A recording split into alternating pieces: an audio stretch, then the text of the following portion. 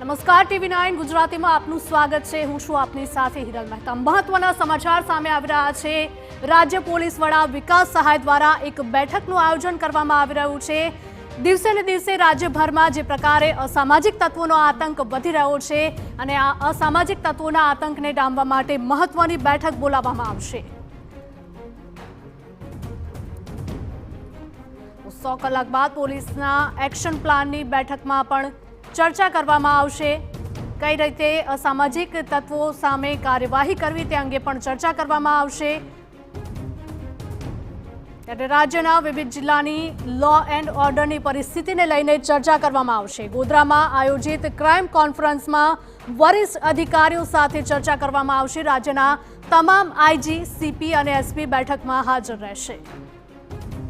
સંવાદદાતા કિંજલ જોડાઈ ગયા છે વધુ વિગતો સાથે। કિંજલ, જણાવશો કે રાજ્યના પોલીસ વડા વિકાસ સહાયની આજે મહત્વપૂર્ણ બેઠક છે, કયા કયા મુદ્દે ચર્ચા થઈ શકે?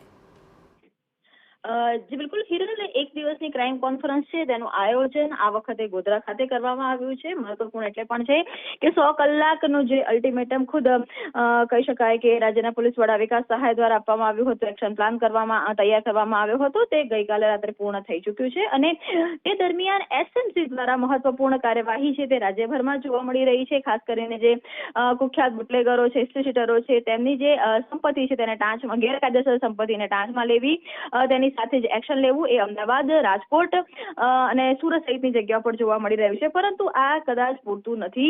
આખરે આ જે ગુના છે ગુના ન જ થાય તે માટે જિલ્લા વાઇઝ તમામ જગ્યાએ લો એન્ડ ઓર્ડરની પરિસ્થિતિ શું છે, છેલ્લા 6 મહિનાના રિવ્યુ કેવા પ્રકારના રહ્યા છે, કયા જિલ્લામાં કેવા પ્રકારના જે ક્રાઇમ છે તે વધી રહ્યા છે અને કેવા પ્રકારના ક્રાઇમને અંકુશમાં લાવવામાં